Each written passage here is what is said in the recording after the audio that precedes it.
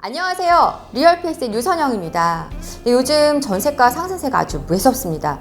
이렇게 전세가 왜 이렇게 오르고 또 왜 이렇게 전세 시장이 뜨거운지 오늘은 그 내용을 좀 짚어보고요. 향후 이 전세 가격이 시장에 미치는 영향은 무엇일지 한번 말씀을 나눠보도록 하겠습니다.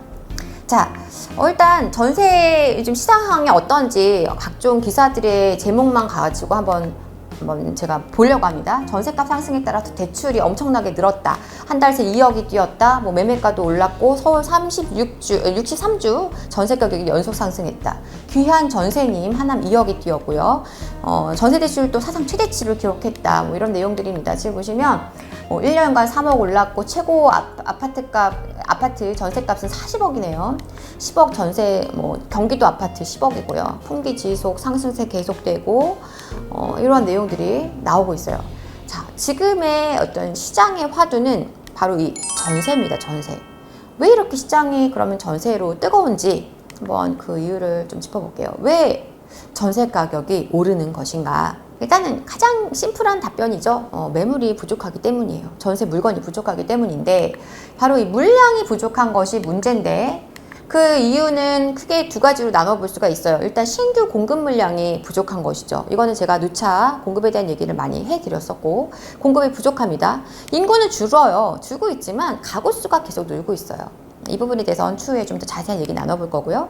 지금 시장에서 이 공급 말고도 그 시장에 거래되는 물건 자체가 매우 줄어 있습니다. 이게 부족하다 보니까 전세난이 더욱더 가중이 되고 있는데 사실은 오늘 이 내용을 좀 더 중점으로 다뤄볼 생각이에요. 그래서 왜 시장에 나오는 전세 물량이 부족한가? 일단은 첫 번째로는 지금 계속 요즘 이슈가 되고 있는 이 임대차 3법 중에서도 그 계약갱신 청구권과 전월세 상한제 5% 계약갱신 청구권은 내가 전세 살고 있는데 2년 더 살 수 있도록 내가 요청하면 살게 되는 것이죠. 근데 지금 2년인데 5% 이상 하는 것도 세입자가 거부하면은 안 할 수 있도록 지금 돼 있죠. 그러니까 세입자들은 내가 5%면 또 제한이 있으니까 전세가 계속 오를 때 좀 더 적은 금액으로 머물 수 있다면 계속 살고자 한단 말이에요. 그러니까 기존에 살던 세입자들은 물건을 내놓지 않고 옮겨가지 않고 계속 머물면서 물건이 나오지 않아요. 또 집주인은 이제 앞으로 한번 임대를 놓으면 4년을 있어야 하고 5% 제한이 있다 보니까 처음에 임대를 놓는 분들은 어때요? 임대 가격을 높게 내야겠다. 그래야 다음번에도 거기 5% 할 수 있으니 일단 처음에 높게 내자. 이렇게 되는 거죠. 그래서 전세 가격이 물건도 안 나오고 나오는 물건은 높은 가격이 나와서 이렇게 완전 다른 가격의 물건들이 한 단지 안에 존재하는 이런 상황들이 벌어지는 것이고요. 또 하나는 바로 이 정부의 규제책으로 인해서 전세 물건이 묶이는 상황이에요. 왜? 비과세를 위해서는요. 지금 일시적 1가구 주택에서 하나를 매입을 할 때 기존 주택을 1년 안에 팔아야 되지만 1년 안에 입주도 해야 됩니다. 그러니까 내가 들어가서 살 집을 찾아야 되기 때문에 전세가 2, 3년 있다가 내가 나중에 들어가지 이쪽 거 팔고 있다가 들어가지 이런 게 없어요. 모두 들어가요. 그러니까 전세가 남아나지 않죠.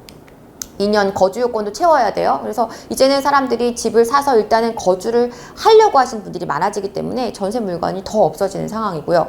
특히나 고가주택의 경우에는 장기보유 특별공제 혜택을 받기 위해서는 거주와 보유기간을 같이 합산해서 하기 때문에 거주를 오래 할수록 유리한 상황이다 보니까 웬만하면 내 집에서 일단 살면서 세금에 대한 부담을 낮춰놓으시려는 분들이 많습니다. 그래서 또 고가주택 전세가 굉장히 기요한 상황이에요. 6개월 내 전입을 해야 대출도 나옵니다. 그래서 전입을 해야만 대출 나오기 때문에 전세를 끼고 잠깐 집을 사놨다가 나중에 들어가면서 대출받고 이런 것들 안 됩니다. 그래서 6개월 내 전입 조건이다 보니 또 전세가 없어요. 거기다가 재건축은요. 이제 2년을 거주를 분양 신청 전까지 해놨어야만 재건축했을 때 아파트를 받을 수가 있어요. 그렇다 보니까 재건축 아파트들도 이제는 들어가려고 하는 분들이 많은 겁니다. 대표적으로 목동 같은 경우 학군도 탄탄한데 거주해야 되는 분들이 많으니까 물건이 없는 거예요. 자, 이제 이런 상황에서 3기 신도시 공급이 나옵니다. 그러면 공급이 나오는 건 좋은 것인데 이 공급이 나온다고 하니까 3기 신도시를 가고자 하는 분들은 뭘 해야 돼요? 자격 요건을 갖춰야 합니다. 무주택 자격. 그래서 그 자격을 유지하기 위해서 집을 사지 않게 되는 것이죠. 그래서 좀 더 전세에 머물자. 하남 같은 경우가 지금 그래서 굉장히 가격이 많이 올랐죠. 입지적으로 뛰어난 곳인데 이제 거기서 상기 신도시를 청약을 해서 당첨되려면 자격 요건을 갖추기 위해 가서 전세를 머무시는 분들이 많기 때문에 전세 가격이 몇억 개 오르고 있는 상황이에요. 사실은 이 3기 신도시는 공급이라는 측면에서 봤을 때 공급이 되는 시점이 적절한 시점이라면 좋겠지만 매수는 지금 잠깐 지연시킬 수 있지만 이 부족한 물량 상황 속에서 전세 가격은 오히려 올리는 지금 상황이 연출이 되고 있다. 그래서 지금 이 모든 상황을 봤을 때 총체적인 전세난이다 이렇게 말씀을 드릴 수가 있겠습니다.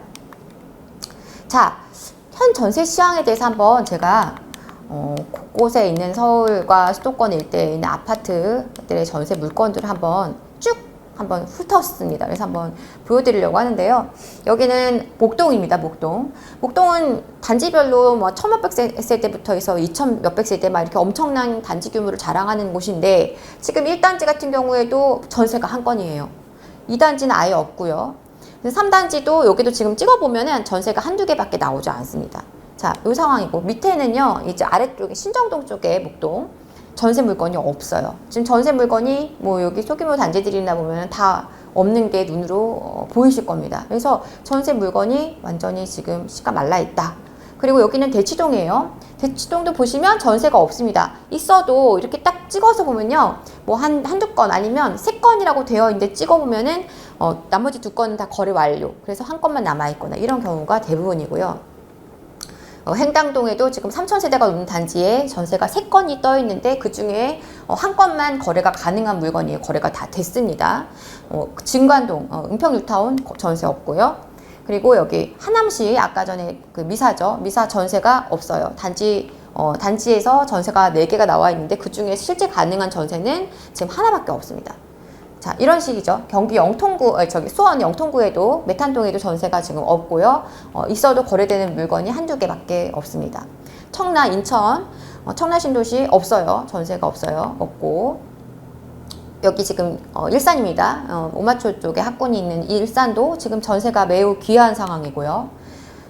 전 지역이 그렇습니다. 전 경기도 기흥 신갈입니다. 전세 없어요. 전세 물건 매우 귀하고 있어도 한두 개. 여기는 또 이제 의정부예요. 의정부도 전세가 없어요. 의정부까지 전세가 없을까? 없어요. 그리고 여기 화성에 지금 동탄 1신도시입니다. 전세가 없고 매우 귀한 상황. 자, 제가 이렇게 다 훑어 보여드린 이유는 지금 전세 상황이 그냥 말로만 없다 하는 상황이 아니라는 거를 좀 눈으로 보여드리고자 했던 것인데 이렇게 전세가 계속 전세가 부족하고 그래서 전세 가격이 올라가고 하면 시장에 어떤 영향을 미칠까? 일단은 지금 현재 시장을 이끄는 힘은 이제 실수요자의 힘이에요. 왜냐하면 매매 수요는 집을 좀 살 수가 없죠. 세금, 취득세부터 중과를 8%, 10%씩 내면서 투자하셔야 되니까 투자 수요가 진입하기 쉽지 않은 시장이 됐습니다. 그런데 집은 전세든 매매든 아니면 내 자가든 누군가는 다 어딘가는 가서 살아야 되는 모든 우리 대한민국에 사는 사람들은 꼭 하나씩은 그 시장 참여자가 되는 것이에요. 어떤 형태로든. 그러다 보니까 지금 전세가 이렇게 부족한 상황이 된다면 어떻게 됩니까? 전세가 없으면 매매라도 해야겠어 라고 되는 세입자들이 점점 늘어나는 것이죠. 매매로 전환하는 수요가 자꾸 늘어나게 되는 것입니다. 제 주변에 지금 상담하신 분들 중에도 이런 분들이 꽤 있으세요. 자, 그리고 높은 전세 가격이 계속 유지되면은요, 매매 가격은 어떻습니까? 이 높은 전세 가격으로 인해서 계속 이게 탄탄하게 지지되는 역할을 합니다. 그래서 강력한 전세가 받쳐주면 매매 가격이 잘 떨어지지 않고 이 전세가 올라주면 매매 가격도 같이 또 끌어올려지는 이런 상황, 끌어올려진다 아니면 그 힘으로 버텨준다 이런 상황이 계속 되기 때문에 전세가 사실 굉장히 중요한 의미를 갖고 있어요. 실제적으로 제가 지금 이제 신고가 아파트들을 좀 리스트를 갖고 왔는데요. 이 모든 아파트가 전세가 상승으로 인해서 가격이 올랐다라고 말씀드리는 것은 아닙니다만 시장 상황이 이렇다라는 것을 보여드리려고 하는 것인데 지금 서울의 거의 뭐 서울 수도권 일대의 모든 지역 내에 좀 인기가 많은 지역 그리고 수요가 탄탄한 지역들을 중심으로 해서 신고가가 계속 나오고 있어요. 고가는 고가대로 또 저가 아파트 중에서 제법 거주 요건이 우수하거나 환경이 우수하거나 교통 요건이 우수한 곳들을 중심으로 해서 계속 좋은 계속 여태까지 한 번도 거래되지 않았던 가격으로 거래가 나오고 있다. 뭐 대표적으로 이제 눈에 많이 띄는 지역은 분당 일대가 되겠고요. 그리고 뭐 판교, 도심 그리고 서울의 이제 뭐 외곽 지역들도 모두 다 지금 전세가 매매 가격의 신고가를 기록하고 있는 모습입니다. 거래는 적은데 이 적은 거래 안에서 하나하나 터질 때마다 신고가가 나오는 그런 상황이에요. 거래량이 중요한 게 아니라 의도하지 않은, 내가 안 사고 싶어서 거래를 안 하는 것이 아니라 강제적으로 거래가 지금 좀 줄어져 있는 상태라고 볼 수가 있겠고, 가능하신 분들 안에서 계속 이렇게 신고가가 나오고 있다, 이렇게 이해하시면 되겠습니다. 자, 그래서 전세에 지금 얘기를 나누고 있으니까 우리가 기존의 전세 가격을 한번 체크해 볼까 하고 가져왔는데요. 제가 이제 KB에서 서울의 전세가, 서울 아파트의 전세가율, 그리고 매매 가격 지수를 한번 한 그래프에 제가 담아봤습니다. 그러니까 물론 이제 하나는 퍼센테이지 관한 지수지만 이 흐름을 한번 보실 수 있도록 하려고 제가 그냥 같이 한 그래프에 올렸어요. 2003년부터 해서 현재까지의 모습인데요.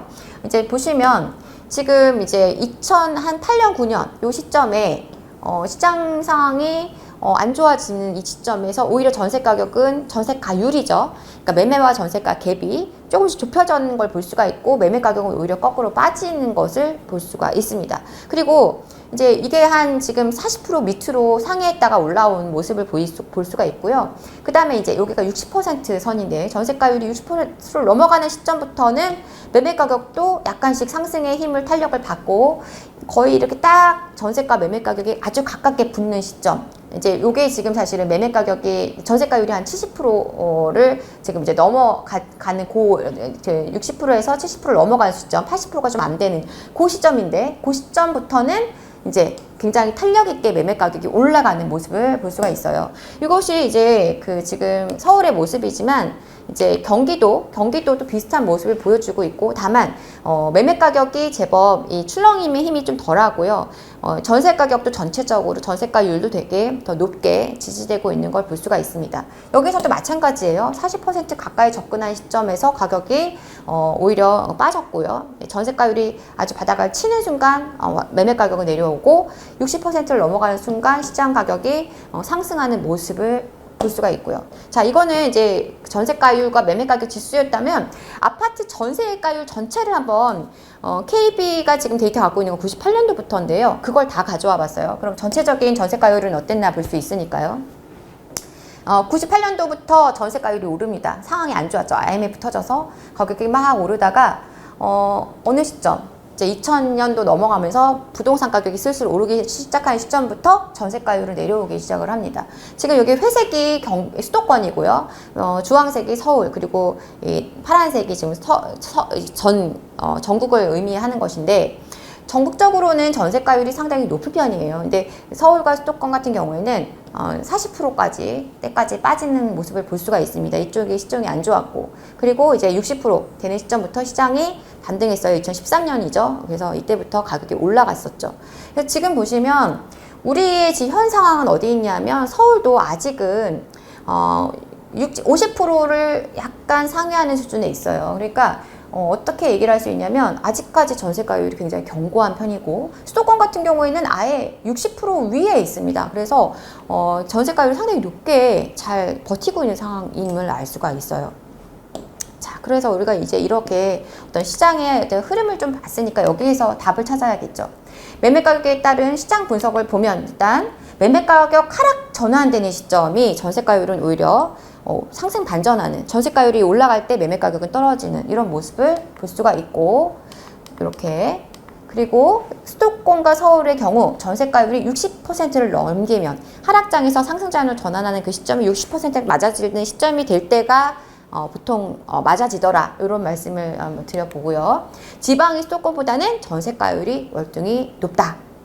그리고 현재는 매매가와 전세가격이 동반 상승하는 시기다. 자, 그래프를, 이게 지금 전세가율이니까 전세가가 올라가고 있고요. 매매가격도 올라가고 있어요. 그래서 이렇게 같이 올라가는 모습을 보여주고 있다. 이게 이제 지금 좀 더 앞으로 데이터가 더 나오면 이 모습은 좀 더 정확하게 제가 보여드릴 수 있을 것 같아요. 자, 이렇게 되고, 전세가율이 60%를 이미 아직도 상회하고 있는 수도권 같은 경우에는 앞으로도 상승 동력이 서울보다 좀 더 클 것 같다. 그래서 서울보다 더 가격이 오를 수 있는 어떤 상승폭이 좀 더 기대가 되는 상황이다. 이렇게 이해하시면 되겠고요. 전세가율이 떨어지지 않는 한 당분간 매매 시장도 굉장히 견고하게 버텨줄 가능성이 높다. 이렇게 정리하겠습니다. 자, 마무리합니다. 앞으로 시장 변화 어떻게 우리가 대응을 할까? 일단은 전세 시세는 부동산 전체 시장의 흐름을 파악하는 아주 중요한 척도가 됩니다. 전세 가격이 시장과 직접적인 연결이 이게 다다 이런 의미가 아니라 전세 가격은 시장을 읽는 굉장히 중요한 요소로 우리가 관심을 가지실 필요가 있어요. 지금 보신 것처럼. 그리고 당분간 전세 물량 부족에 따라서 전세 가격이 계속 오를 것으로 예상이 되기 때문에 매매가 상승도 지속될 가능성이 높고요. 세 번째로 서울 평균 그 전세가율이 40% 선이 깨지는지 요거를 좀 우리가 좀 지켜볼 필요는 있다. 이렇게 말씀드리겠습니다. 평균 전세가율 몇 프로가 되는지 한번 계속 관심을 가져주셨으면 좋겠고, 자, 자가주택 마련에 대한 문의가 많으신데요. 대출을 감당할 수 있는 수준에서 하고 자가 마련은 최대한 앞당겨셨으면 좋겠어요. 왜냐하면 향후 2, 3년 동안 전세 가격 상승 그리고 물량 부족 이런 것들로 인해서 가격이 쉽게 빠질 수 없는 상황이고, 그 2, 3년 동안 많은 가격 차이가 벌어진다면 우리는 또 한 번 내 자가를 마련할 수 있는 기회를 잃게 됩니다. 그래서 감당할 수 있는 수준에서 하시고요. 만약에 그래도 불안하시다면 안정적인 부동산 매수를 원한다면 전세가율이 높은 아파트를 매수하시면 됩니다. 지금 사실 40% 밑으로 내려와 있는 아파트들도 있어요. 전세가율이. 전 이런 것들은 조금 부담스럽게 느껴지는 게 사실이고요. 조금 전세가율 높은 아파트 매수하시는 것은 전세 가격이 탄탄하게 받쳐주는 힘이 되기 때문에 별로 문제가 없을 것 같습니다. 자, 마지막으로 좀 드리고 싶은 말씀이 있어요. 요즘 가끔 전문가분들도 이런 말씀들을 하시는 분들이 있더라고요. 이렇게 많이 올랐는데 이게 말이 됐냐. 또 이제 떨어질 일만 남았다. 너무 많이 올랐다. 네. 근데 이제 이 말씀을 드리고 싶은데요. 부동산 가격은 우리가 희망으로 예측하는 게 아닙니다. 네. 내 바람으로 이제 너무 올랐으니까 그만 떨어질 때가 됐어. 이제 떨어질 거야. 이건 바람이고요. 우리가 부동산을 바라보는 거는 정확한 어떤 분석과 어떤 근거를 통해서 얘기를 해야 됩니다. 이 가을이 지금 성큼 다가왔죠. 선선하죠. 그런데 다가왔다고 말은 하지만 실제적으로는 이 가을이 오기 위한 자연은 꾸준히 준비를 해왔어요. 그런 것들이 베이스가 깔리면서 차차차차 하다가 탁 가을이라는 우리가 느낄 수 있는 시점을 딱 만나게 되는 것이거든요. 갑자기 이루어지는 일은 없습니다. 그래서 부동산 가격이 많이 올랐지만 앞으로도 떨어질 이유를 찾을 수 없다면 무조건 하락할 것이다라는 막연한 기대감이라든가 그냥 단순한 우리가 바람으로 하는 예측은 의미가 없다. 좀 더 여러 가지 이유가 있을 수 있겠습니다만 다 예측할 수는 없지만 우리가 여러 가지 근거들을 토대로 해서 시장을 좀 바라보시는 객관적인 어떤 눈을 좀 가지실 필요가 있을 것 같습니다. 여러분들의 현명한 판단 그리고 앞으로 장기적으로 바라보는 어떤 지혜 이런 것들을 여러분 앞에 앞으로도 계속 그런 지혜와 판단을 통해서 시장을 좀 잘 이 시장을 헤쳐나가셨으면 좋겠다는 말씀을 드리고 싶고요. 여러분을 늘 응원합니다. 지금까지 유선영이었습니다. 감사합니다. 네, 안녕하세요. 네, 박병찬의 부자병법의 박병찬입니다. 책이 출간되었습니다. 이 책의 제목은 누나가 되었어요라는 제목의 책입니다.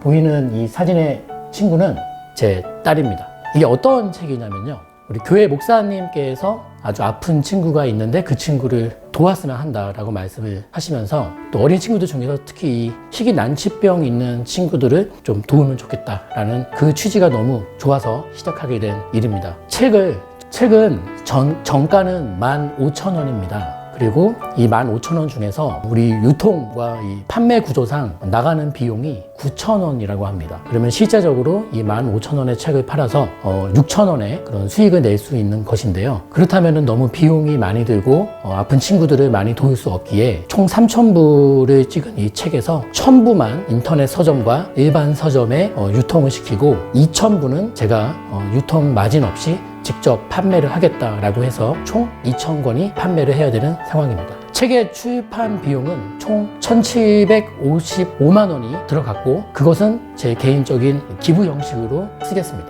이 책 판매 수익 전액은 우리 난치병을 앓고 있는 우리 미성년의 어린 친구들을 돕는 데 쓸 생각입니다. 그래서 여러분들께서 도움을 주시고 또 온전히 손길을 베풀어 주신다면 정말 감사드리겠습니다. 자, 그러면 지금부터 도서 구입 방법에 대해서 말씀을 드리겠습니다. 먼저 첫 번째로 해주실 내용은요. 계좌로 지금 보이시는 이 계좌번호로 도서 금액을 보내주시면 감사하겠습니다. 자, 보시면 원래 이 책의 정가는 15,000원입니다. 다만 저희가 전문 판매업이 아니기 때문에 포장이며 배송이며 깔끔하게 보내드리기는 어려울 것 같습니다. 다만 회사 통해서 구입하시는 분들은, 저에게 직접 연락 주셔서 구입하시는 분들은 제가 직접 손수 이렇게 자필 서명을 꼭 해서 감사의 뜻을 이렇게 좀 보내드릴 수 있는 것을 해드리겠습니다. 그리고 2만 원 이상을 부탁드립니다. 택배비며 여러 가지 비용들이 많이 들어갑니다. 도서 금액을 보내주실 때는 받는 분 통장에, 즉 입금자명을 성함과 전화번호 4자리나 본인이 알 수 있는 이렇게 내용을 좀 적어주시면 좋겠습니다. 저는 박병찬 6640, 이게 제 핸드폰 뒷자리입니다. 나는 이렇게 할 줄 모르신다 하시는 어르신이 계시다면 그냥 보내주시고요. 저희 회사로 전화 한 통만 주시면 저희가 혼선이 없도록 응대를 해드리겠습니다. 이렇게 도서 금액을 보내주신 후에는 도서 주문 이 도메인을 클릭해 주셔서 배송 내역, 성함, 금액, 그리고 받으실 주소, 이걸 적어 주셔야 되는데요. 컴퓨터로 이렇게 영상을 보시면 영상 바로 하단에 도서 구입 신청 페이지라고 떠 있을 겁니다. 그 도메인을 클릭하시면 지금 보이시는 페이지가 열릴 것입니다. 그리고 원하시는 수량, 그리고 도서는 제목은 누나가 되었어요 선택을 해주시면 좋겠고요. 그 다음에 주문하시는 분의 성함, 입금하신 금액, 그리고 핸드폰 번호, 그 다음에 배송지 주소를 이렇게 적어주셔서 이렇게 제출하기를 눌러주시면 주문이 완료가 되겠습니다. 네, 지금부터 스마트폰으로 도서를 구입하시는 방법에 대해서 말씀을 드리겠습니다. 영상 우측에 보시면 조그만 화살표가 있습니다. 그 화살표를 눌러보시면 글이 나오는데요. 도서 구입 신청 페이지가 있고 도서 구입을 설명해 드리는 블로그 글이 있습니다. 우리는 이제 도서 구입 신청 페이지를 눌러 보겠습니다. 지금 보시다시피 도서 구입 신청 페이지가 뜹니다. 도서 구입 관련된 필독 사항이 적혀 있고요. 원하시는 수량을 1권, 2권 또는 기타 권수 적어주시면 되겠고, 도서명 선택해 주시고 주문자 이름을 적어 주시고요. 그리고 주문자분의 입금자명의 성함과 핸드폰 번호 뒤 4자리를 함께 적어주시면 혼선이 없겠습니다. 그리고 입금 금액, 입금하신 금액을 적어주시면 되고요. 핸드폰 번호 적어주시고 배송 받으실 주소를 적어주시면 되겠습니다. 계좌 안내는 다시 나와 있고요. 아래 보시면은 개인정보 수집 동의 체크하시고 제출하기 버튼을 눌러주시면 주문이 완료가 되겠습니다. 누나가 되었어요. 많이 응원해 주세요.